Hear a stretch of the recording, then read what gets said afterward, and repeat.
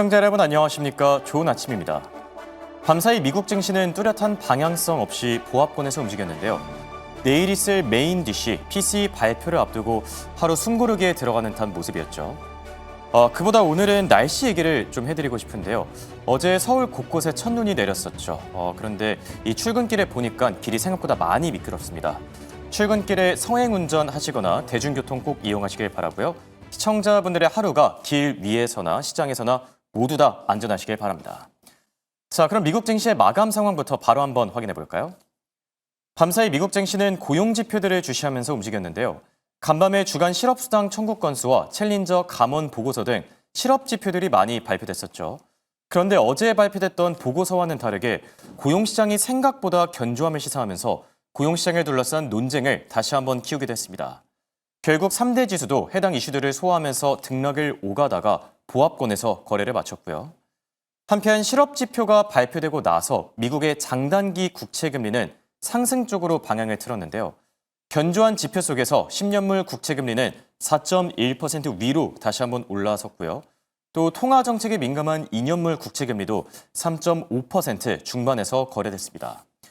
그리고 그동안 하방 압력을 받던 달러 인덱스도 국채금리와 함께 상승 반전됐는데요. 달러 인덱스는 다시 99 위로 올라선 모습이고요.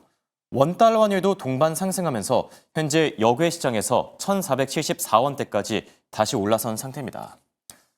그럼 다음 장 통해서 시장을 움직였던 메인 이슈들도 같이 체크해 볼까요? AI가 아닌 부채 때문에 증시 대폭락이 발생할 것이다. 바로 로버트 루빈의 발언이었는데요. 참고로 루빈 독트린의 그 루빈이 맞습니다. 동일 인물이고요. 발언 내용들을 조금 더 구체적으로 살펴보면 시장이 현재 가장 중요한 부분을 놓치고 있다면서 AI 거품론보다 더 큰 위기가 다가오고 있다고 전했는데요. 과거 1987년 블랙 먼데이를 예로 들면서 부채 리스크가 터질 경우에 증시 대폭락장이 재현될 거라고 전한 겁니다. 사실 생각해보면 최근에 예산안이 통과되면서 부채 리스크를 좀 간과한 부분이 있긴 하죠. 주요 국가들의 부채 규모가 역대급에 달하고 있는 만큼 충분히 일리가 있는 발언이 아닌가 생각이 들기도 하고요. 그리고 간밤에 실업 지표가 공개됐었죠.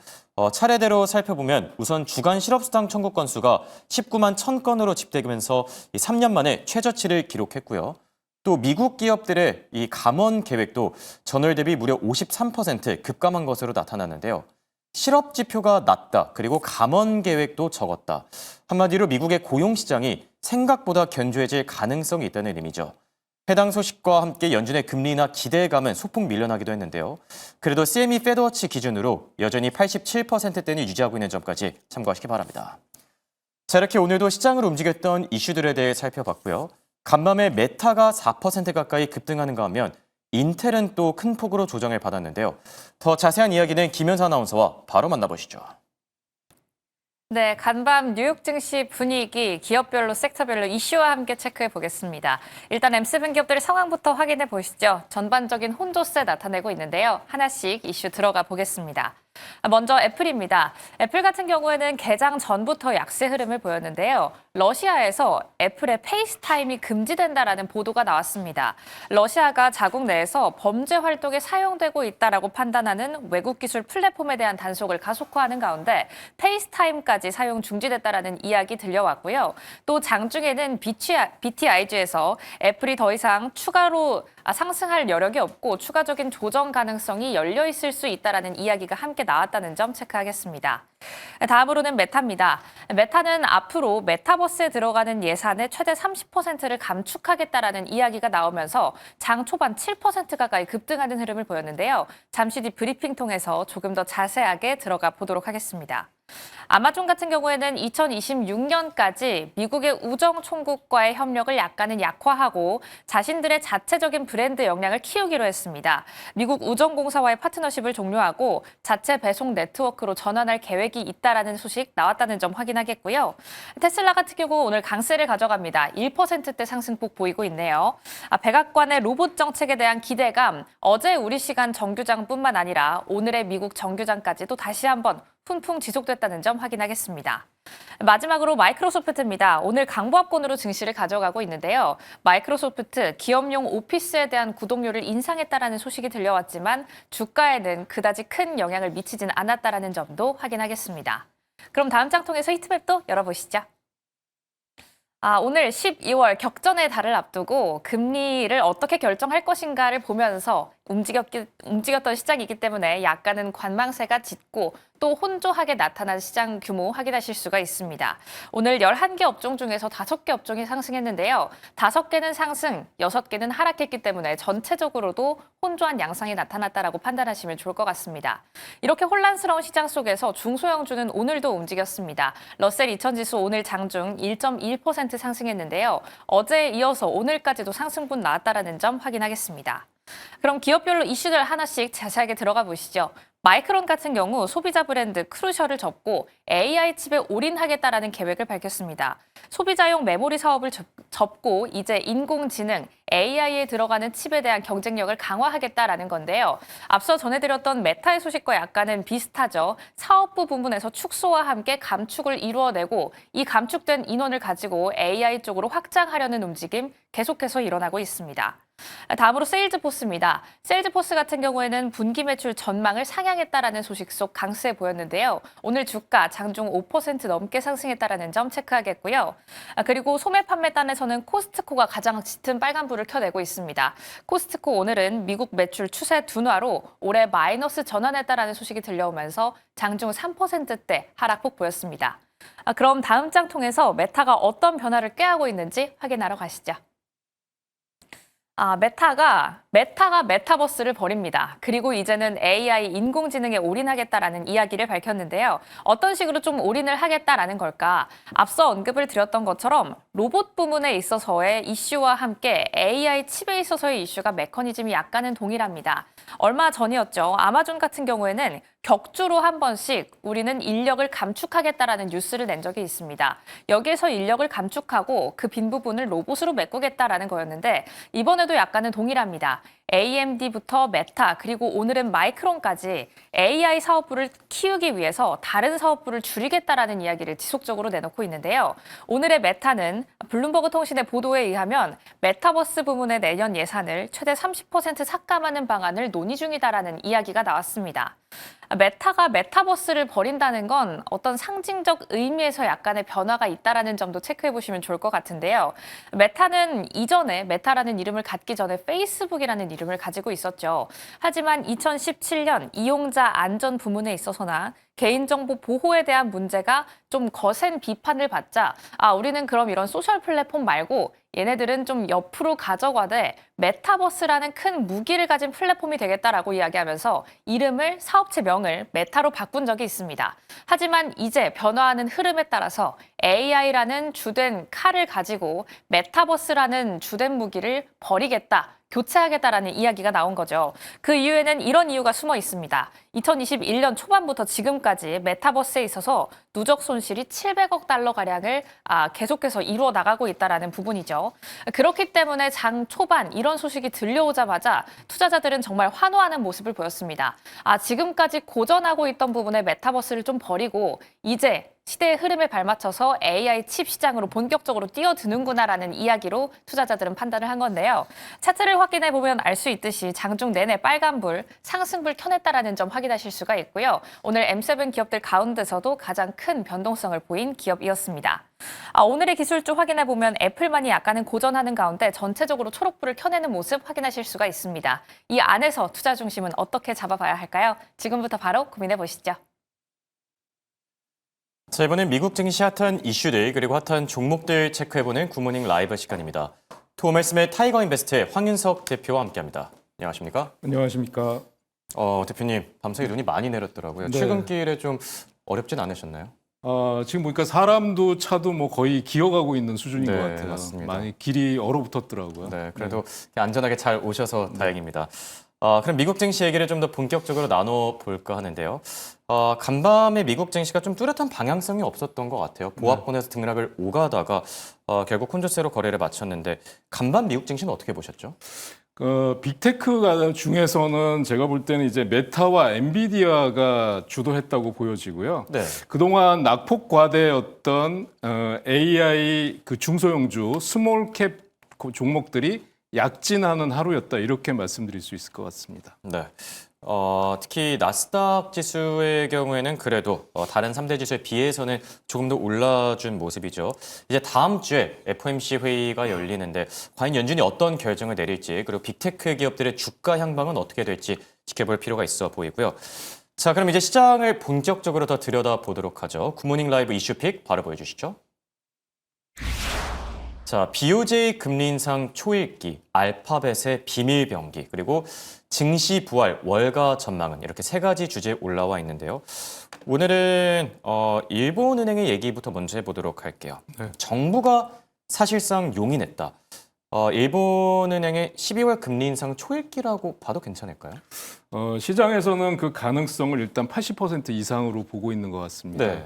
그래서 지금 BOJ 12월 금리 인상할 경우에 이를 막지 않겠다라는 분위기가 이제 형성이 되고 있다고 알려지고 있는데요. 네. 그럼으로써 이제 엔화가 강세를 보이는 입장이 되고 있고 원엔 환율도 지금 950원을 돌파를 했고요.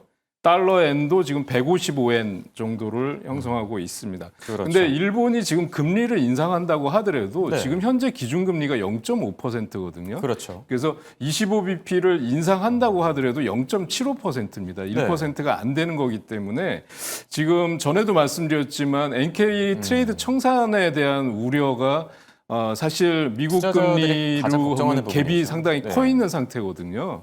그래서 그 가능성은 크지 않다라고 말씀드릴 수 있었던 거고요. 네. 그리고 시장에서 지금 그 우에다 총재가 얘기했던 그 인상 여부를 고려한다, 네. 고민한다 이런 발언이 시장에서는 이게 인상하겠다라는 신호로 받아들이고 있다. 그렇죠. 이렇게 보고 있는 걸로 보여집니다. 그래서 지금 보면 그러니까 연준의 FOMC 회의가 다음 주잖아요. 네. 근데 BOJ는 이제 12월 18일에서 19일 날 열리기 때문에 FOMC 금리 인하 발표 이후에 아마 할 가능성이 네. 높기 때문에 시장에 주는 영향은 생각보다 그렇게 크지 않을 것 같다 이렇게 보여지고 있습니다. 네.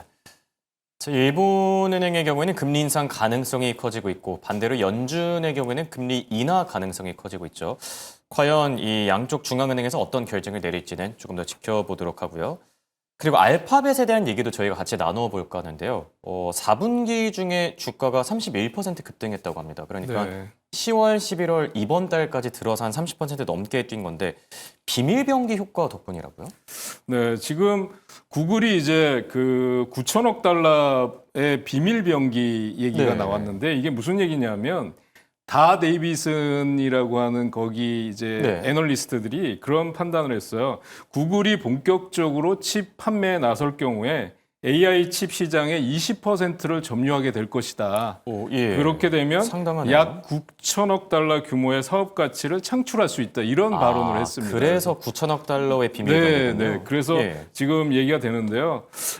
지금 사실은 이런 전망에 힘을 실어주는 게 네. 그동안 또 샘 알트먼 같은 경우에 이제 구글에 대해서 구글 때문에 지금 여러 가지 사업 정리를 하겠다라고까지 얘기를 했었잖아요. 그렇죠. 그리고 또 샘 알트먼 같은 경우엔 지금 스페이스 X의 경쟁사 구축을 검토한다 이런 얘기도 있었어요. 그래서 네. 이미 코드 레드를 선언한 상황이고 6천억 달러의 금액에 대한 지금 컴퓨팅 약정이 돼 있는 상태인데 네. 올해 예상 매출은 130억 달러에 불과하다. 지금 오픈 AI 말씀을 드리고 있는 건데 네. 수익성에 의문이 든다라는 얘기가 제기되면서 구글 진영과 지금 오픈 AI 진영이 지금 대립해 있는 상태에서 오픈 AI에 대한 의문이 지금 커져가고 있는 상태거든요. 그러면서 상대적으로 지금 구글에 대한 또 이 집중도가 상당히 커지고 있는 상황입니다. 그렇겠네요. 그래서 지금 사실은 구글 TPU 그다음에 또 마이크로소프트의 아저 또 이제 엔비디아 AI 칩 네. 이렇게 지금 시장이 경쟁을 벌이고 있는 구도인데요. 지금 잘 아시는 바와 같이 구글의 TPU는 가성비 대비 효율성이나 이런 측면에서는 그렇죠. 압도적이다 이렇게 보여지는데 문제는 폐쇄성에 있는 거거든요. 그래서 네. 엔비디아 AI 칩이 범용성이나 확장성 면에서 훨씬 우월하다라고 보고 있는 거고요. 근데 이제 구글 같은 빅테크들은 이제 가장 크게 염려하는 게 뭐냐면 반독점 규제거든요. 예, 그렇죠. 예, 밤사이 그래서 또 이슈가 있지 않았나요? 네, 그렇습니다. 지금 EU에서 구글의 광고 기술에 대해서 반독점 규제 준수 방안에 대해서 네. 검증에 착수하겠다라는 한동안 얘기를 좀 했고요. 조용했던 것 같은데 갑자기 또 이렇게 이 반독점 이슈가 터지네요. 네, 그래서 이게 제가 보기엔 좀 정기적으로 뭐 연례 네. 행사인 것 같아요. 한두 번씩은. 그래서 예, 그렇죠. 지금 이 반독점에 대해서 또 얘기를 하겠다는 거 얘기를 했고요. 또 EU 같은 경우는 메타의 또 왓츠앱에 대해서 네. 왓츠앱 AI에 대해서 반독점 조사에 착수하겠다 또 이렇게 얘기를 하고 있어서 빅테크들 같은 경우는 실적 발표하고 반독점 이제 네. 규제 얘기가 나오면 조금 주가가 주춤하는 경향이 있다. 이렇게 말씀드릴 수 있을 것 같습니다. 네. 말씀해주신 이 반독점 이슈는 저희가 최근에 좀 잊고 있었던 부분이기도 하죠. 이 관련된 이슈들도 잘 챙겨볼 필요가 있겠고요. 자, 그리고 미국 증시 투자 심리가 생각보다 좀 견조하게 부활했다라고 합니다. 월가의 평가는 궁금한데 증시 전망 그리고 금리와 관련돼서는 어떤 전망들이 나오고 있죠? 그러니까 JP 모건 같은 경우는 지금 굉장히 긍정적으로 보고 있어요. 네.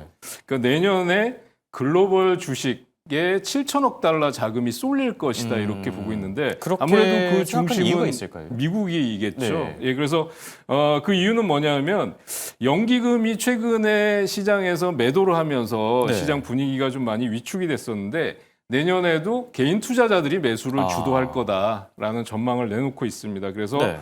그 규모가 7천억 달러를 넘어갈 것이다라고 얘기를 하면서 2023년 이후에 최고치를 기록할 것이다. 네. 이렇게 얘기를 하고 있습니다. 아무래도 그 중심에는 뭐 기업들의 실적이라든지 금리 인하 효과라든지 이런 것들이 작용하고 있을 걸로 보여지고요. 그렇겠죠. 그래서 그 AI가 또 핵심 동력으로 작용할 거다 이렇게 전망을 하면서 네. 미국이 아무래도 주축이 될 거고요. 또 기술주 비중이 높은 그 시장 쪽인 우리나라, 한국과 대만, 홍콩까지도 자금 유입이 집중될 수 있다. 이렇게 전망을 하고 있습니다. 그리고 이제 그 금리 전망에 대해서 네.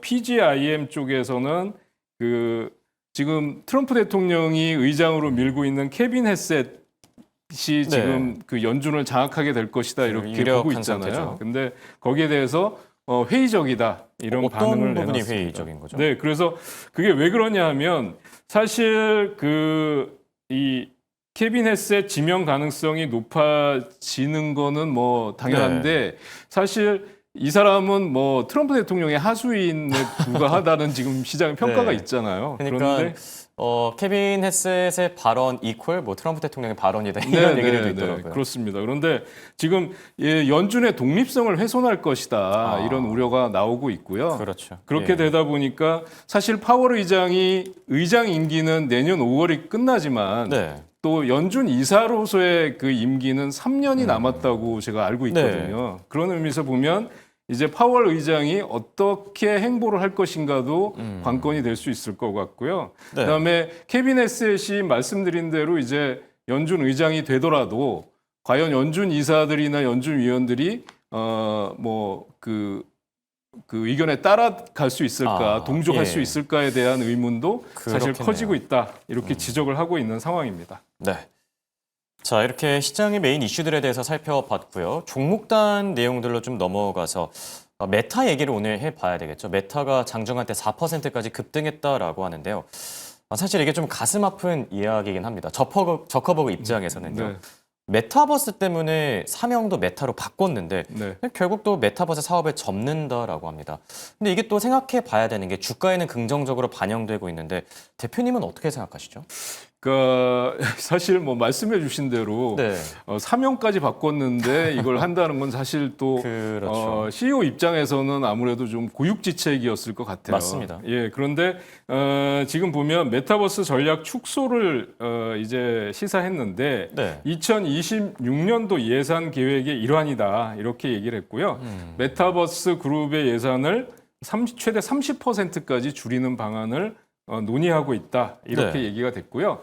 이르면 이제 내년 1월부터 여기에 따른 본격적인 감원이 시작될 것이다 또 이렇게 얘기를 하고 있어요. 그러면서 10% 예산 절감을 목표로 하고 있고 메타버스 이런 배경에는 이제 메타버스 분야의 경쟁이 예상보다 저조하기 때문에 투자를 네. 줄이는데 그 대신에 AI 모델 개발을 한다든지 뭐 스마트 안경이라든지 이런 AI 관련 하드웨어 쪽 개발에 회사에 초점을 맞춰 나갈 것이다. 이렇게 얘기를 하고 있습니다. 네. 자, 메타에 대한 얘기 체크해 봤고요. 그리고 간밤에 이제 미국판 다이소로도 불리는 기업이죠. 달러 제너럴이 또 실적을 발표했는데 대표님 제가 알기로는 미국에 좀 오래 계셨던 걸로 알고 있는데 네. 혹시 이런 뭐 미국판 다이소 같은 기업들 이용해 보신 적 있나요? 예, 저는 이제 LA 쪽에 있는데요. 네. LA 쪽은 다이소를 찾으려면 좀 멀리 가야 됩니다. 차를 예. 타고 가까운 곳에는 좀 없고요. 네. 네, 그런데 이 달러 제너럴이나 달러 트리 같은 경우는 미국으로 말하면 1달러 샵이에요. 네. 예, 1달러 주축 제품들이 많이 있고요. 우리나라는 이제 1,000원 샵이라고 그러잖아요. 네. 다이소를. 일본은 100엔 샵이라고 예, 하고 그렇죠. 있고요. 그래서 이제 미국판 다이소다. 그래서 가격 파괴 업체인데 주로 10달러 이하의 상품들이 네. 주로 주류로 형성하고 있습니다. 미국 최대의 이제 할인 상품 전문 리테일러 업체인데 괜찮던가요? 어떤가요? 제품 퀄리티나 이런 것들이 우리나라 다이소하고 거의 비슷하다고 보시면 돼요. 예, 네, 그래서 그렇군요. 가격은 싸지만 네. 그렇다고 해서 품질이 떨어지지 않는 제품들이 가성비가 있었던 것 좋다. 같아요. 예, 예. 가성비가 좋다고 말씀드릴 수 있겠고요. 그런데 실적이 잘 나왔는데 왜 잘 나와준 걸까요? 그러니까 그러니까 그동안은 이게 저소득층 고객들이 이용하는 그런 매장이다 이렇게 네. 알려져 있었는데 사실 뚜껑을 열어보니까 중산층까지도 폭넓게 이용을 하고 있는 걸로 나타났습니다. 그래서 그 배경에는 경제 불확실성, 그다음에 노동시장 침체에 따른 우려 그렇겠죠. 때문에 예. 이렇게 저렴한 그러니까 가격 파괴 업체들을 소비자들이 많이 이용하게 됐다 이렇게 말씀드릴 수 있겠고요. 우리나라 최근에 같은 경우도 또 관세 정책 때문에 또 이게 불확실하고 네, 또 불안정하기도 그렇습니다. 했었잖아요. 네, 그런 그렇습니다. 부분에도 좀 그래서 영향을 미쳤을 것 같기도 하고. 우리나라도 보면 외국인들 고소득층까지도 네. 뭐 다이소를 많이 이용하는 예, 것 같습니다. 그렇죠. 네, 그래서 지금 실적 발표가 나왔는데 네. 매출액은 4.5% 전년 동기 대비해서 했는데 영업이익과 당기순이익이 31%, 43% 급증한 걸로 예, 나왔고요. 많이 늘었네요. 그래서 그 앞으로의 전망 자체가 가이던스 자체도 굉장히 높여 잡았거든요. 그래서 예.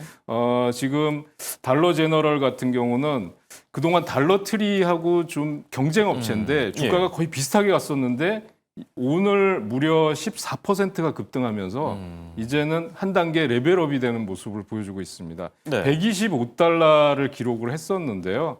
지금 차트를 통해서 한번 보시면 한 방에 여기서 갭상승과 장대 양봉 급등이 나오면서 거래량이 폭발하는 모습을 보여줬는데요. 이렇게 신고가를 하면서 거래량이 폭발할 경우에는 이거는 본격적인 상승 신호로 예. 해석을 하셔도 될 것 같고요. 이제는 여기 주봉상으로 보면 최고가가 135달러 정도 직전 고점에 있는데요. 달러 제너럴 같은 경우는 지금 목표 주가를 135달러 이상으로 보는 대형 투자자 은행들이 많이 나오고 있어서 지금 약간의 조정을 주면 뭐 분할 매수 내지는 보유하면서 수익을 극대화하는 네. 전략으로 가져가셔도 좋을 것으로 생각을 하고 있습니다. 네. 달러 제너럴에 대한 투자 의견은 매수로 또 제시해 주셨습니다. 지금까지 도움 말씀의 황윤석 대표와 함께했습니다. 네, 고맙습니다.